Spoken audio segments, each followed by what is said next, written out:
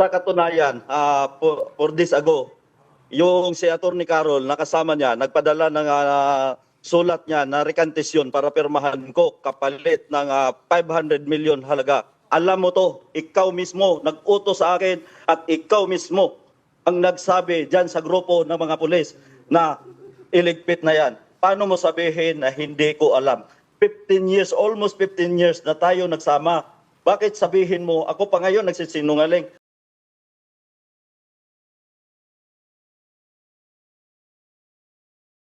Gusto ko lang malaman kung ano yung kinaso niya. Yung katulad, may isang binanggit niya na extortion daw. Sa katunayan, 4 days ago, yung si Atty. Carol, nakasama niya, nagpadala ng sulat niya na rekantisyon para pirmahan ko kapalit ng 500 million halaga. Ngayon, binaliktad niya dahil hindi ko tinanggap. Sinagot ko lang na gano'n ang nangyari, na extortion ang ginawa niya sa akin, na sa katunayan may black and white na rekantisyon na binigay sa akin para papirmahan, para baliktarin lahat ng sinasabi ko. Mr. Atong Ang, yan lang masasabi ko sa iyo. Huwag ka magtago sa katotohanan.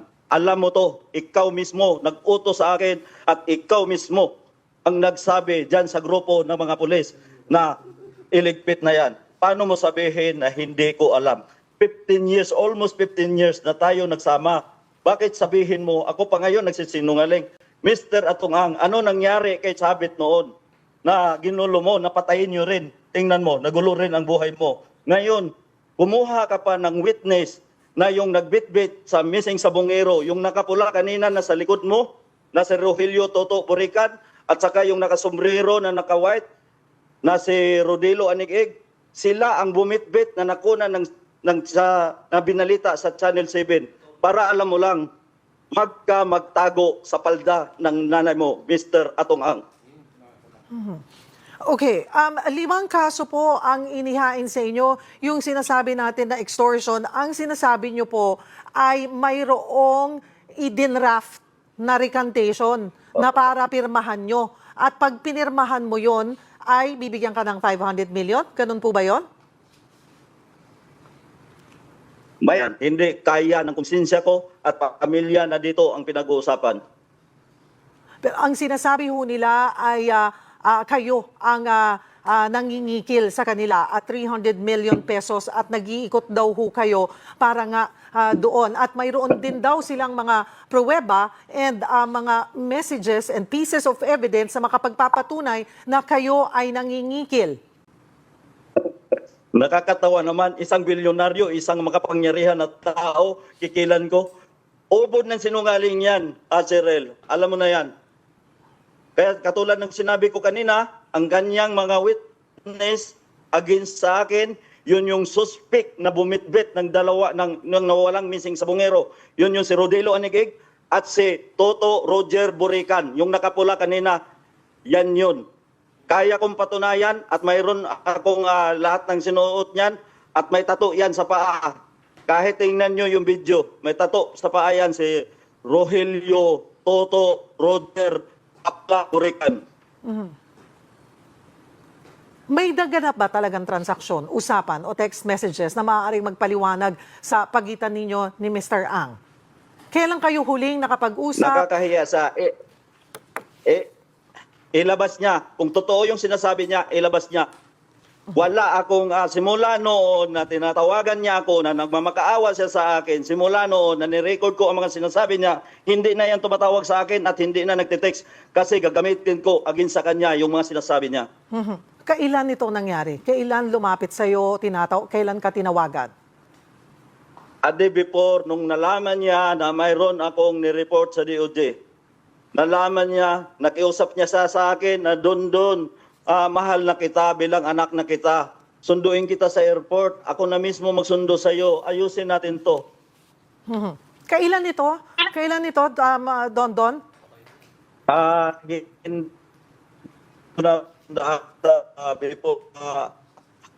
Ang alam ko nito after election, yun ang natatandaan ko. Yung sinasabi mong nakikiusap At saka, sa... Go ahead, Don. At saka yung mga sinasabi niya sa media, ang galing niya magsinungaling. Nanghingi daw ako sa kanya para daw sa panganganak ng asawa ko. Mr. Atong Ang, may pera na rin ako dahil sa negosyo natin. Hindi, kahit kailan, hindi na ako magmamakaawa sa'yo. Hindi ako magmamakaawa sa'yo dahil ang pinaglaban ko dito, buhay ng pamilya ko, Mr. Atong Ang. Kaya kong patunayan, ang sinabi, boss mo, pamilya ko, biruin, napakawalang hiya mo, inaanak mo pa yung anak ko. Ang sabi mo pa, ubusin na yan dahil sakit sa ulo yan. Para alam mo lang, Mr. Atong Ang. Noon hong sinasabi nyo na nilapitan ka, paanong paglapit, paanong pakiusap? Tinawagan ka ba ni Mr. Ang? Nagkita ba kayo? Nag-usap ba kayo sa telepono? Or mayroon kayong exchanges ng messages? Don. De, tinawagan niya ako. Kaya ko yun ipatrace doon yung Don? ako. Alright, sorry ha. Medyo nag-freeze ka lamang. Don? Alright, nagkaroon lamang po tayo ng problema sa ating linya ng komunikasyon. Muli nating tatawagan, susubukan tawagan si Don Patidongan. Alright. Ay, Don? Yes, go ahead, Cyril. Ayun, okay. Naputol ka lamang doon eh. Yung sinasabi mong siya ang lumapit, siya ang nakiusap sa'yo after the elections at sinabi pa sa'yong itinuring ka na niyang parang anak. Kailan ito nangyari? Sa pamamagitan ng paano kayo nakapag-usap tungkol dito? Tinawagan niya ako sa telepono. Sabi niya, hindi pa huli ang lahat, mag-usap tayo, parang anak na kita. Yun ang sabi niya sa akin.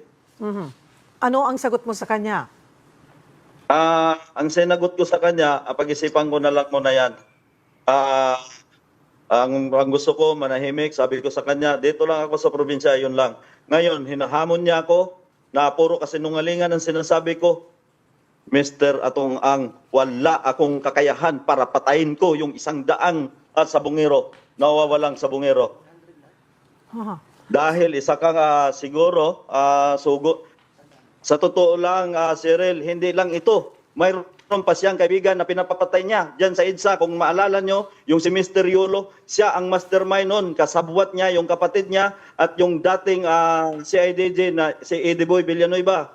Mayroon akong katibayan at ang yung gunman nakakulong doon sa Mindanao at yung driver nandyan sa kanya. Ang pangalan si Julius Gumulon. Sana huwag niya patayin yan. Yun mismo ang driver ng gunman. Para alam nyo lang. Okay.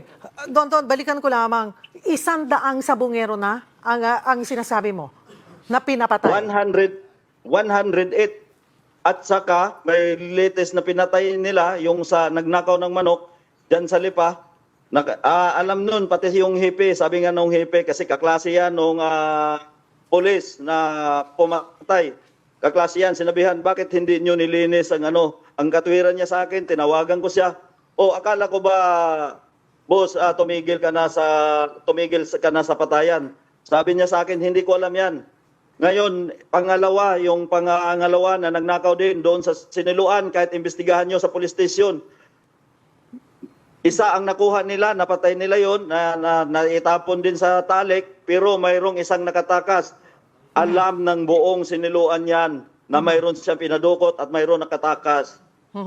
Okay. Don, balikan ko lamang yung talagang kinakaharap mo ngayon. Kasi ito ay salita mo laban sa salita rin sa kwento ni Ginoong Atong Ang. Balikan ko yung mga kasong kakaharapin mo. Sabi mo nga yung sa extortion, you're saying na hindi ka nag-extort bagkus sila ang nag-offer sa'yo. Yes. Mayroon ako. Kahit forward ko, pagkatapos nito, bigyan ko kayo ng kopya. Hindi ko pinirmahan yan, pinipilit niya ako, nabayaran niya ako, gawin niyang 500 million. Una, sinabi niyang 300 million. Ngayon, hindi kaya ng konsensya ko. At buhay na ng pamilya ko ang nakataya dito. Sa tingin niya, kaya niya ba akong lukuhin? Kaya nanawagan ako sa ating PNP chief na si General Torre at sa kay DOJ Remulla at sa mahal kong nating Pangulo. Ito na pagkakataon, mahal na Pangulo, tulungan nyo naman ako sa sitwasyon na ganito at alam ko, hindi basta-bastang tao itong kaharap ko ngayon. Puro kasinungalingan lahat ng mga sinasabi niya. Kaya sabi ko nga kahapon, nung nag-interview, mayroon siyang ipapile ngayon, parang kinasuhan niya yung sarili niya. Pero doon ho sa paano nakarating, paano nyo napag-usapan yung sinasabi mong in-offer sa'yo na 500 million pesos? Mayroong isang tao na inuutusan niya, yung si Atty. Carol na nandyan, kasama niya kanina sa pag-interview. Yan ang inuutusan niya para sa kalaman na. Ano ho? Inuutusan niya para mag-recant ka? Yes, may kopya sa akin. 2 beses ako pinadalhan, nilalaro ko sila. Nung una sabi ko, hindi ako papayag. Pangalawa, binago niya. Kaya itong sinasabi ko, 2 kopya ang nasa akin. Ngayon, hindi ako nagsisinungaling. Alam ng Panginoon yan na ginawa niya sa akin yan. Ang gusto niya, katulad ng sinabi niya kanina, binaliktad niya pa, ang gusto niya, tanggapin ko na yung offer niya at lumayas na daw ako. Punta na lang daw ako sa ibang bansa at ayusin ni Atty. Carol. Yan si Atty. Carol, kasabwat yan sa patayan. Alam ng lahat yan. Sino si Alan Bantilles o Mr. Brown? Si Alan Bantilles, yan yung isa na tumulong sa akin nung abroad. Pinalayas ako niya ni Mr. Atong Ang. Mayroon akong fake passport na kinuhaan niya ako. Hawak-hawak ko ngayon. Kami, si Alan, si Mr. Brown, yung inutusan niya na tumama sa akin sa Singapore. Ngayon, ginamit niyang tulay para makarating sa akin lahat ang gusto niyang pangyayari. Kaya ngayon, mag-usap rin kami ni Mr. Brown na ganun ang ginagawa niya. Nakakahiya yung ginawa niya. So nakakausap or nakikita mo pa ba itong si Mr. Brown? Yes. Sa totoo, Cheryl, yan si Mr. Brown at saka si Mr. Atong Ang, magkakumpare kami niyan. Ninong yan ng anak ko. Ano ang susunod mong aksyon ngayon ngang 5 kaso ang isinampa sa'yo ng kampo ni Atong Ang? Nandiyan ang kabilang ang extortion, attempted robbery at homicide. Cheryl, kaya kong sagutin yan. Katulad ng sinabi ko, yung ginamit niyang mga witness, yan yung suspect na bumitbit sa nawalang sa bungero. Yung dalawa niyan, alam ko yan ang ginamit niyang witness. Si Rogelio, Toto, Roger, Urican, Bakla. At saka si Rodilo Anig-ig, yung nakasombrero na pula. Yan yun. Kahit tingnan nyo sa video, pag-aralan nyo, at kaya ko ituro, yung sa video ng Channel 7 na pinalabas noon, may tato sa kanang paayan.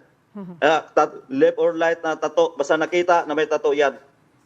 Yung time ng kalakasan ng kainitan ng na ako ang pinagbintangan na ako daw ang nagbitbit. Paano mo, sabi mo nga ay kaya mong patunayan. Paano mo mapapatunayan ang involvement lahat nila? Cheryl, katulad ng sinabi ko, almost 15 years na mahigit ako sa kanya. Lahat ng sikreto niya alam ko dahil pinagtiwala niya lahat sa akin. Hindi ko magawa lahat ng sinasabi niya kung wala siyang utos. Isang ordinaryo lang akong tao, hindi ako katulad niya na kaya niyang pabagsikin ang gobyerno. Anong matibay na hawak mong ebidensya laban kina dito sa mga sinasabi mo na sangkot nga sa missing sa Bungeros? Dahil ako ang isa sa farm manager, lahat niyan. May video pa nga yan noon kay yung nawala San Pablo, si John Lasco. May video pa ako dyan na hawak-hawak ko. Nung una nga, sayang yung mga cellphone ko na pinasunog niya. Nandun lahat yung mga tao kung paano katayin ng mga pulis. At lahat tinatawag niya sa akin, inuutos mismo niya sa akin.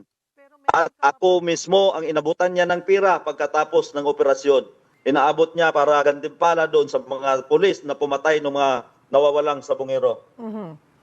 Sinasabi nga nila na iba yung pag sinasabi lang or sinasambit. May mga matitibay ka bang maipapakita or ilalabas din na ebidensya na nagpapatunay dito sa mga nangyaring ito? Yes, mayroon ako. May mga butcher ako na binabayad dyan sa mga pulis na yan. May mga butcher ako. Ang mali lang nila, hindi lang nila nakuha yung butcher sa akin. May mga pizza, may mga taon, at may mga tao at may pirma kung sinong kumuha. At saan ko kinuha yung pira na yon at saan ang galing. Galing yan mismo kay Mr. Atong Ang. Doon sa sinasabi mong pinasunog yung mga cellphone mo, may mga ibang videos ka pa ba na ilalabas? May mga natago ka bang mga videos na mailalabas? Isa lang ang video na naitago ko, yung USB na sinabi niya sa akin, sunugin para walang ebidensya. Yun ang pinanghawakan ko ngayon. At nasa iyo pa rin or naisubmit mo na? May duplicate ako. Na-submit ko na yung isang duplicate, isang USB. Sa DOJ? Yes, Cheryl. Binanggit nyo rin ho ang pangalan ni Gretchen Barreto na may alam sa nangyari. Ano ba yung basihan nyo rito? Bakit siya nadadawit ang kanyang pangalan? Bakit nyo idinadawit ang kanyang pangalan? Cheryl, ayan si Gretchen Barreto, Alpha yan, membro yan ng Alpha. Pangalawa, katabi yan mismo niya matulog. Imposible, wala siyang alam. Kaya ako nanawagan kay Ma'am Gretchen. Kumpare ko naman din yan. Madam Gretchen, parang awa mo na rin sa sarili mo. Kung gusto mo, tumistigo ka na rin. Para mapatunayan natin, total, lagi ka nagsisimba, lagi ka nagdadasal, maawa ka naman sa pamilyang nawawala ng pamilyang nawawala. Klaruhin lamang natin, Don. Ang sinasabi mo ay may alam siya, pero wala ka nakita na direct involvement niya dito sa mga nawawalang sabongero. Cheryl, sa totoo lang, yung video na pinakita ko niyang sa Sampa. Kasi binanggit mo yung pangalan at ngayon ay may panawagan ka kay Ms. Gretchen Barreto. Pero ang tanong namin ay dahil ba close sila ni Ginoong Atong Ang or may nakita mo ba or alam mo ba na talagang may direct involvement siya dito sa missing sabongeros? Yes, Cheryl, kasi sila nag-usap-usap din yung mga yan. Bago mangyari yung mga krimen na yan, nag-usap-usap yung mga yan. Mayroong ibang ayaw pumayag, pero majority yung pumayag. Ang sabi nga ni Mr. Atongang, kung hindi natin gagawin ito, babagsak yung negosyo natin. Kaya yan sila, nag-agree yan, kasama yan si Gretchen Barreto. Mayroon pa bang ibang personalidad? May iba pa bang kilalang tao na papangalanan o na involved dito? Politiko or iba pang personalidad? Cheryl, mamaya siguro pangalanan ko na yung mga pulis para marinig naman ni General Torre. Buhay ko na yung nakasalalay dito. Sa totoo lang, pinaliparan na ako ng drone. Alam ko kung sino ang... Maliban sa pulis, ay may iba pa bang personalidad? May involved din ba ditong mga politiko? Dahil may mga lumalabas na congressman daw or senador daw. Mayroon bang ganon? Cheryl, ang gusto lang ni Mr. Atong Ang, idawit yan para may kakampi siya sa kalukuhan niyang ginawa. Yan ang totoong istorya niyan. Pati yung apat na akusado na tinuruan niya na ako ang ituro na mastermind. Nandun sa farm niya yan, andun nakatira, andun ang pamilya, inalagaan niya yan at binigyan niya ng pera para gamitin niya against sa akin. Halata. Sabi ko nga, Cheryl, kahit baliktarin niyo ang tanong niyo sa akin, kaya kong sagutin. Pero subukan mo tanungin yung apat na yon. Tingnan natin kung makasagot ng diretsa sa inyo yon. Sino ang mga pulis na involved po? Sa ngayon, itatanong ko muna sa abogado ko kasi sinabi ko na kanina na mamaya konti, kailangan ko na silang sabihin kasi kung hindi ko sabihin yan, paikot-ikot sila yan sa bahay ko. Sila mismo. Ano ang pinakamataas na posisyon ng pulis na ito? Ilan silang pulis? Colonel, Major, Kapitan. Yan. At may mga sibilyan. Kumusta na rin ho ang lagay nyo? Kasunod ditong mga revelasyon ninyo, ay sinasabi nyo ho ay pinapaikutan na kayo ng drone? Drone, yes. Pinaliparan na ako ng drone. At saka may patong na ako sa ulo, 50 million, Cheryl. Kaya yan si Mr. Atongang, gusto niya ubusin yung pira niya. Magmamalinis lang siya. Sabi ko nga kanina, sayang yung binayad niya sa attorney. Sana ibinigay niya na lang doon sa mga namatayan. Alright, siguro ano ho ang ating mensahe kay Atong Ang kanina ay nasabi niya na parang itinuring ka na niyang anak. Yes, itinuring niya na tinuring ko siyang tatay, umiiyak nga ako sa harap niya pag may mga problema ako. Pero ang hindi ko matanggap, Cyril, yung patayin niya buong pamilya ko. Okay lang sana na ako lang yung patayin niya. Tanggap ko yun. Pero ubusin niya yung pamilya ko, hindi ko matanggap yan. Katulad ng sinabi ko, inopera niya ako ng pera para ayusin, hindi kaya ng konsensya ko na tanggapin yung inoper niya sa kanya. Sa ngayon, ako pa ang ginawa niya, nag-extort ako sa kanya, napakalaking tanga naman niya.